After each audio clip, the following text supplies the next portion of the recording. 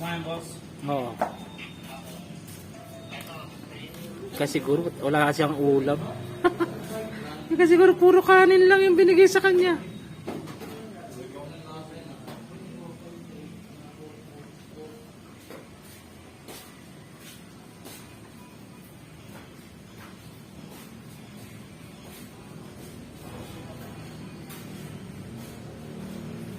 Pagkakain mo, iuwi na kita.